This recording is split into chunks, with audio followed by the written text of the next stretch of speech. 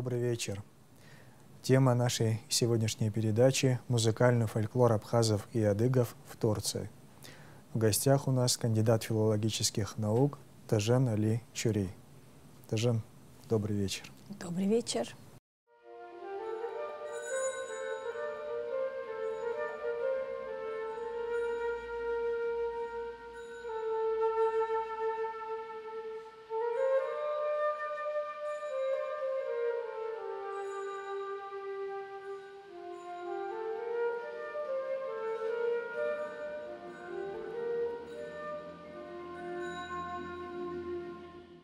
А музыка в жизни отдельно взятого народа всегда играет огромную роль, не только духовную, эстетическую, но и нравственную тоже.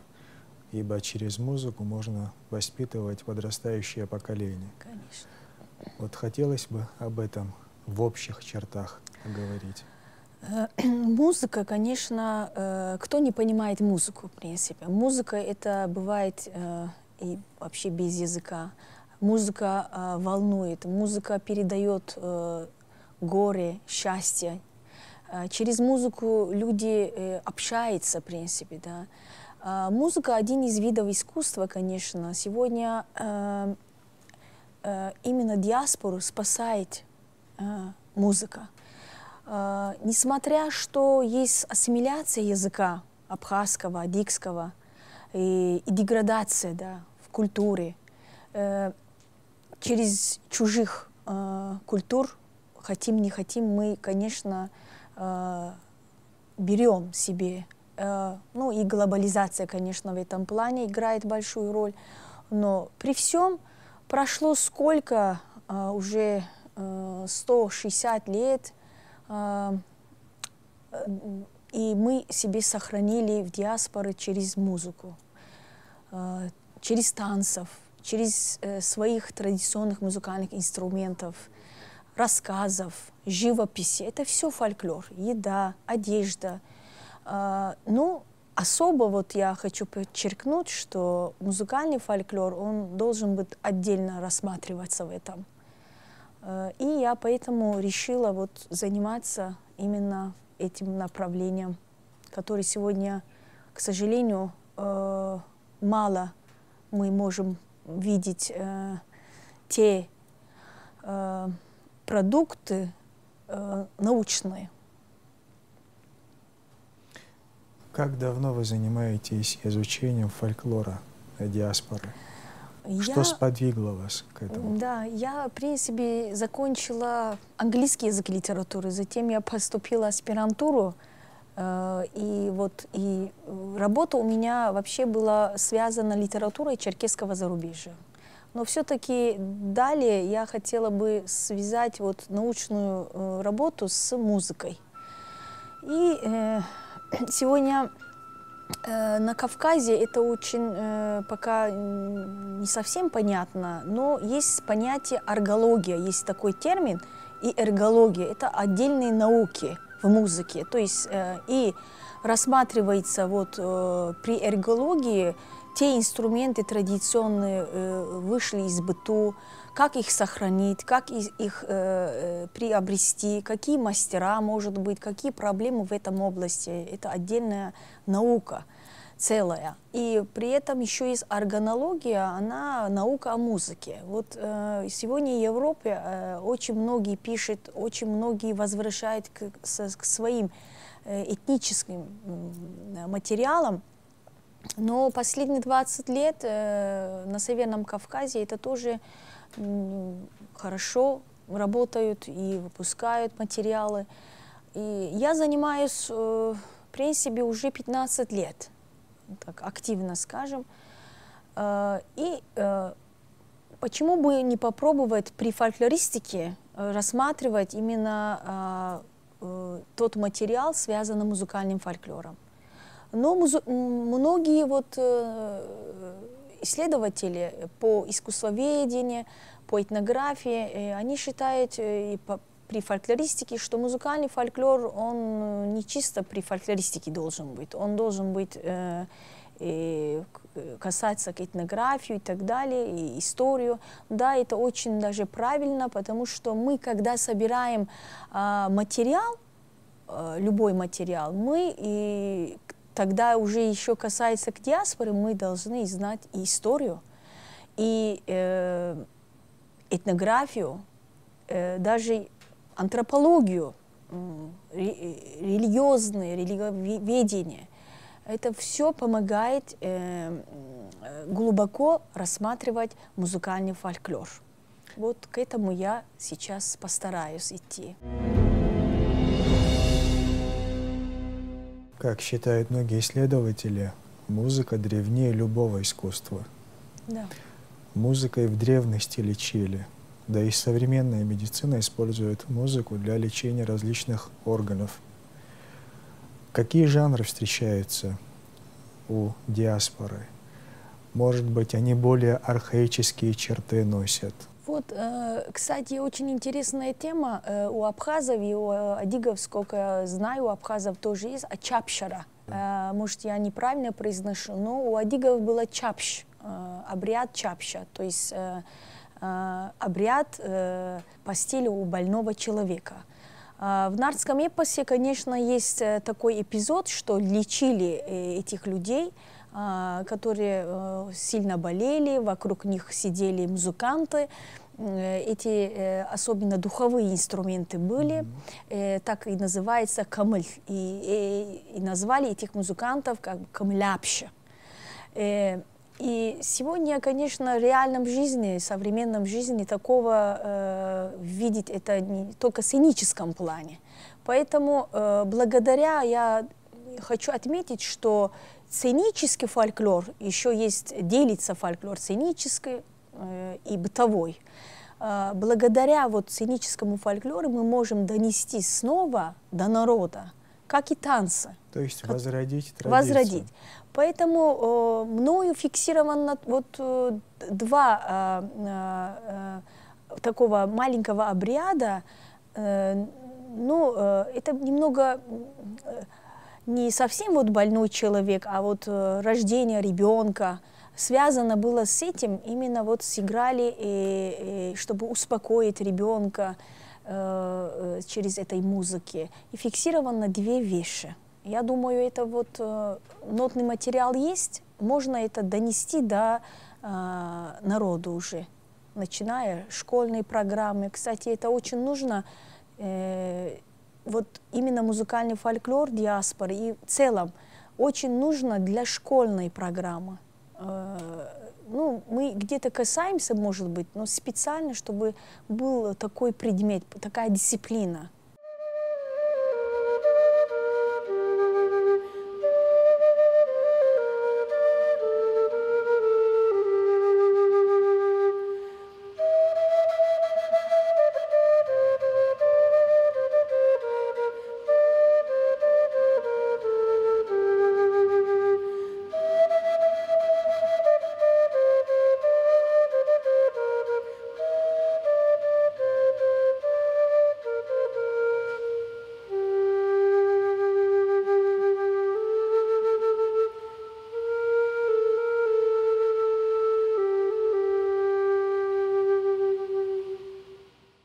Аристотель в свое время говорил, что духовые инструменты, они слишком волнуют души, поэтому он их не любил. Вот вы недавно издали книгу, была проведена презентация вашей книги «Музыкальный фольклор абхазов и адыгов в Турции». Какие материалы вошли? Эта книга вышла недавно, да, в Турции. Это первая моя книга, которая выходит в Турции. Это продолжение моего исследования, час работы, докторской диссертации. Здесь 3 раздела, то есть абхазо-адыгская диаспора целом, ну, историческая справка, далее песенно-инструментальная традиция и свадебный фольклор абхазов-адыгов, проживающих в Турции. Если говорить об этой книге, ну, конечно же, огромная работа, даже могу сказать, только одна глава, может быть, одна диссертация должно быть. А здесь как бы хотелось комплексно, чтобы схватывать и касаться каждому жанру. Но еще два народа. Вы понимаете, там два народа. Книга вышла на русском языке. Там нужно было все это перевести. На абхазском языке этот текст и также на адыгском языке. Но и еще расшифровка нотных материалов. И это все в целом очень сложно одному человеку делать, но я все-таки выбрала те материалы, которые должно было войти в книгу. Здесь хочу отметить, что мне очень помогли мой родной институт, Абхазский гуманитарный исследовательский институт отдела фольклора, и затем также Кабардино-Балкарский институт искусств. Очень большие материалы мне давали, но не все, конечно, вошло сюда, и очень уважаю и всегда советую с ними. Это историк Руслан Гожба. Всегда от души открывает свой архив и возьми, используй как хочешь, только чтобы правильно их хорошо было. Благодарна. И перевод с абхазского на русский язык тоже помогли мне. Люда Хибба, тоже благодарю ей. Расшифровка вообще нотного материала сегодня очень сложно найти человека и работать. И пришлось мне это самому сделать. И для этого, конечно, нужно образование. Поэтому мне это тоже образование музыкальное немного помогало. Ну, я посоветовалась. Я люблю вообще-то все время посоветоваться, потому что человек, если спросит, это лучше выдать материал. Есть у адыгов пословица, если вот так перевести, если ты рядом не найдешь человека посоветоваться, ты своей папахой можешь советоваться. Какие жанры встречаются от музыкального фольклора? Может, какие-то параллели вы проводили? Наигрыши, напевы, может, отдельные слова встречаются похожие? Да. Особенно вот жанровые. Сейчас все вот жанры музыкального фольклора здесь раскрыть очень сложно, но то, что осталось в диаспоре, я считаю, что три основная группа, при этом есть и под этим другие жанры. То есть делится музыкальный фольклор песенный, танцевальный и инструментальный. И сегодня мы очень мало фиксировали те жанры, которые связаны с героической песней. Такого характера, более лирического, детские лирические колыбельные песни, ну и тоже фиксировано на абхазском, на адыгских языках. А также танцы. Сегодня не будем об этом, наверное, глубоко это говорить, но танцевальный фольклор — это отдельная тема. Следующий этап моей работы я хочу именно посвятить и танцевальному фольклору абхазов, проживающих в Турции, потому что сегодня многие танцы называют как в сценическом плане и входит уже и в бытовой. И они очень иногда как неправильно все. И, конечно, это дело еще касается хореографов, которые называют эти танцы. И наши танцоры, дети именно так и изучают их. Немного надо этим тоже осторожным быть. Вот поэтому я решила, следующая вот работа у меня как бы связана будет с танцевальным фольклором. при сборе материала трудности встречались какие-нибудь? Трудности вот что. Информатор, если посмотреть в этой книге, и я как встречаюсь, уже мы не можем найти таких взрослых по возрасту людей. То есть раньше мы нашли 90 лет, 100 лет, это был уникальный. А сейчас уже они уходят. Поэтому и в Турции, по регионам, например, Эскишехир фиксировано только один человек, который 90 лет. И это Надире Кушха, женщина, вот, рассказывала о гушаваре, то есть как первый уклад ребенку в люльке. Вот очень интересно было. А так вот проблема информаторам. Сейчас мало кто уже может рассказывать нам ту информацию. И, используясь моментом, хочу сказать, это вот адыгский язык в этом плане тоже было сложно для меня.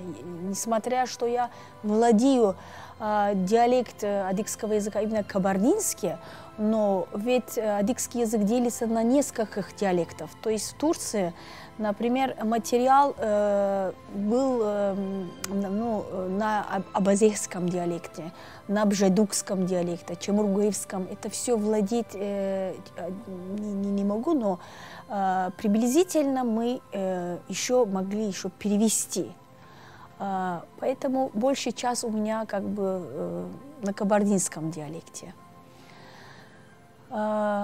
Здесь иллюстрации нет, только словесный текст. И мне кажется, сегодня фольклор должен не только касаться словесному тексту, его перевода, его анализа, а именно фольклорист должен еще знать, если он занимается еще песенной творчеством, то есть здесь музыка необходима. Вот сравнивая музыкальный жанр современный, то, что мы здесь сохранили, наши братья на Северном Кавказе сохранили, и зарубежная диаспора. Вот сравнивая этот материал, к чему вы пришли? Есть то, что мы здесь смогли сохранить, или же наоборот здесь не смогли, там сохранили? То есть более архаические такие жанры или песни, может быть? Конечно, это если в целом посмотреть, и я параллельно смотрю и на Кавказе, как, естественно, в Абхазии как было, и есть, и там тоже. Но все-таки есть вещи, которые диаспоры сохранили очень сильно.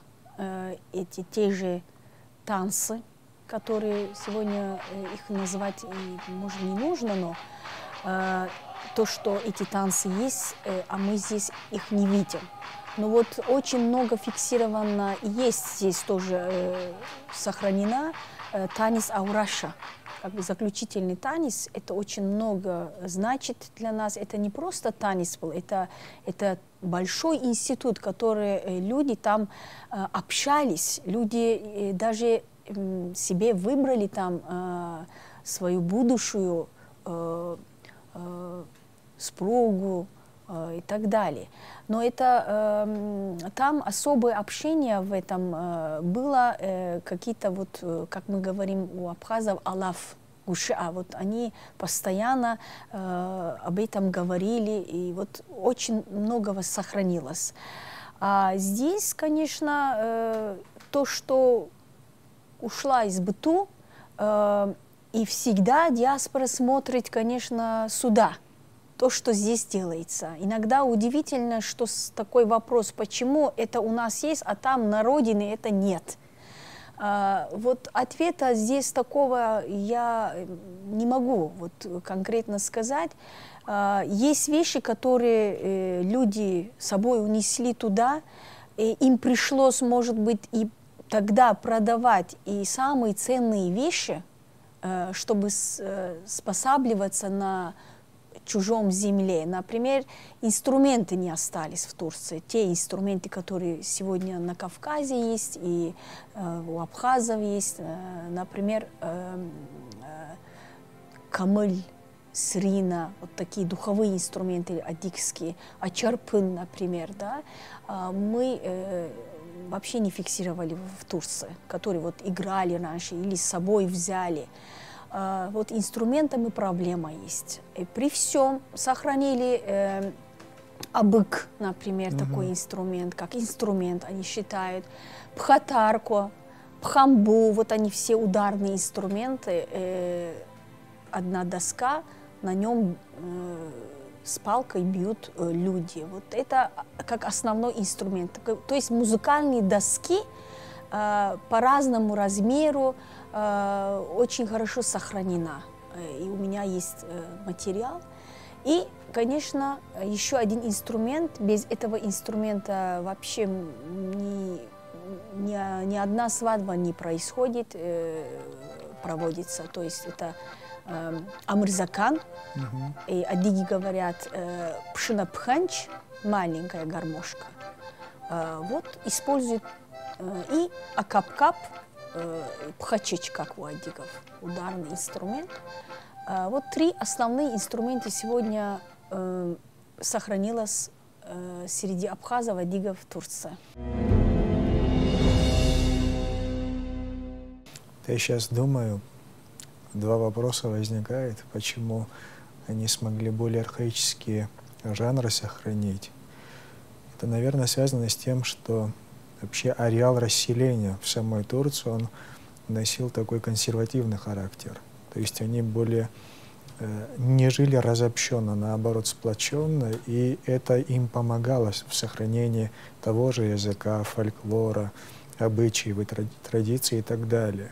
Это один момент. Второй момент — появление науки, то есть научный подход в изучении фольклора различного, и музыкального, танцевального и так далее. У нас, к сожалению, насколько я знаю, в конце 20-х годов, 20-го столетия этот процесс начинается. Может быть, те старцы, кто знал, они, к сожалению, уходили и не смогли зафиксировать просто-напросто. И второй вопрос. Вот вы говорили, что духовых инструментов духовые встречаются очень редко. Это, наверное, связано с тем, что вообще сама растительность, которая встречается на Кавказе и в Турции, она разительно отличается. Вот вы упомянули здесь музыкальный инструмент ачарпан. Ачарпан, насколько я знаю, в Турции не произрастает. Нет. Может, это тоже свою роль сыграло.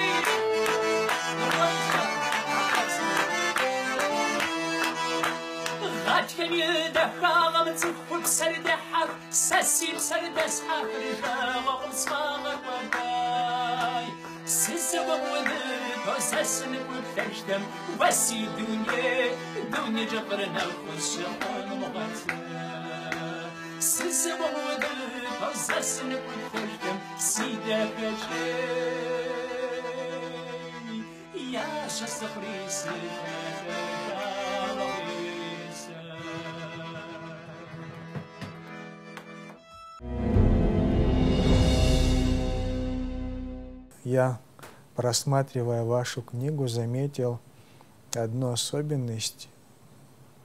В текстах песен встречаются как у абхазов, так и у адыгов отдельные слова. напевы, допустим, слова такие «уарада», «уаридада». Вот вы точно попали, вот именно свадебные обрядовые песни тоже связаны вот очень тематически, слова, которые как перепев, да, не переводится. Уаридада, уаридада, уарай, уарайда. И также колыбельные песни для детей, да, детские колыбельные песни, лирические там, приурочены как бы ба, вот такие слова, даже не слова, а слоги, вот в этом и у абхазов, у адигов есть, они не переводятся. Вообще, конечно, многие, и до нас тоже многие, конечно, написали о фольклоре. И благодаря, например, я здесь хочу вспомнить те композиторы, которые, русские композиторы, тоже с самого начала, как у нас получилось в письменном вот, виде фольклор, благодаря тем композиторам тоже, как таких Таниев, например, как собрал материал про адыгского фольклора, и сегодня мы говорим академическая музыка, то есть классическая музыка, она очень важна, но это все идет от музыкального фольклора. Вот и именно эти композиторы доказывают, что их работа, что это начало фольклор должен быть. И также вот диаспора сегодня, она сохранила именно вот свой родной фольклор, как адиги говорят, это оруате. Вот на абхазском языке фольклор как переводится, я не могу сказать, но оруате. И хочу отметить вот работа известного фольклориста Адигея «Унарокова рая». Она хорошую, очень нужную книгу написала, песенная «Культура адигов». Там отмечено, что именно диаспора сегодня имеет новую переселенческую культуру, в том числе и музыкальную. Есть изменения, есть вещи, которые вошли, не наши, но у нас есть. Но и также в Абхазии, вот сейчас хотим, не хотим, рядом, кто живет с нами, мы получаем от них тоже какой-то оттенок. Но в целом, еще раз скажу, что мы в диаспоре, особенно в таких районах, хочу отметить, вот где я ездила, где я собирала Самсун, Искишехир, Дюзче, Адапазары, Кахраман-Мараш. Кахраман-Мараш – это южная часть Турции, где очень удивительно живут и не только абазины, абхазы, адиги, и чеченцы живут. Вот они как бы компактного проживания, то есть очень взаимосвязана их жизнь, социальной жизни, в том числе и музыкальной. Это очень интересная тема даже. Если можно, можете поделиться дальнейшими планами, если не секрет. Для народа, для своего народа у меня нет секрета, если вот так посмотреть. И, конечно, у меня есть планы, как любой человек. И я недавно спросила одному человеку, вот так, как вы спрашиваете, у тебя какие планы дальше? И человек мне сказал, что у меня какие планы, может быть, в таком возрасте. Но я не думаю, в каждом возрасте должно быть планы, и поэтому, тем более у нас наука, у нас есть планы. Вот я сегодня как бы принесла с собой для наших зрителей, вот вышла недавно такая работа «Музыкальный фольклор черкесов, адигов», и вот такого плана я бы хотела и готовлю сейчас музыкальный фольклор абхазов, проживающие в Турции. Вот здесь только нотные материалы идет по жанровому составу. То есть танцевальные, инструментальные наигрыши. Вот это моя как бы мечта. Я думаю, это получится у меня. И далее я, конечно, не только занимаюсь музыкальным фольклором, у меня раньше было исследование, связано с литературой. Вот здесь есть одна книга, это маленькая такая книга «Оковы рабства». Это первый основоположник турецкой литературы, период Танзимата. Танзимат тоже от арабского слова переводится как «реформ». Это Ахмеда Митата Хагура. Вот «Оковы рабства». Можно и перевести еще «неволя». Я в свое время перевела на основе латинского алфавита османский язык, переведена на русский язык это. А сейчас хочу перевести с помощью, конечно, специалистов на абхазский язык, потому что здесь это первый рассказ, маленький рассказ, один из ранних рассказов классика турецкой литературы, я как говорила, Ахмеда Митата Хагура. Посвящено трагической судьбе двух юных изгнанников с Кавказа. Они были шапсыги, и это было написано в 1870 году. Очень важная эта книга будет, и я хочу еще биографию добавить. И я думаю, это первый шаг и переводческой деятельности, чтобы у нас было. Вот такие планы. И, конечно, еще хочется завершить, и скоро, наверное, это тоже завершится, докторская диссертация, которая хочется, конечно, здесь это все реализовать, и как помогает, и эта книга тоже вышла, конечно, и думаю, это будет, может быть, первая, но не последняя работа. Будем реализовать, постараемся. Тажен, мне остается выразить большую благодарность вам за нашу беседу и пожелать дальнейших творческих успехов. Огромное спасибо вам также. Успехов. Дорогие телезрители, всего доброго.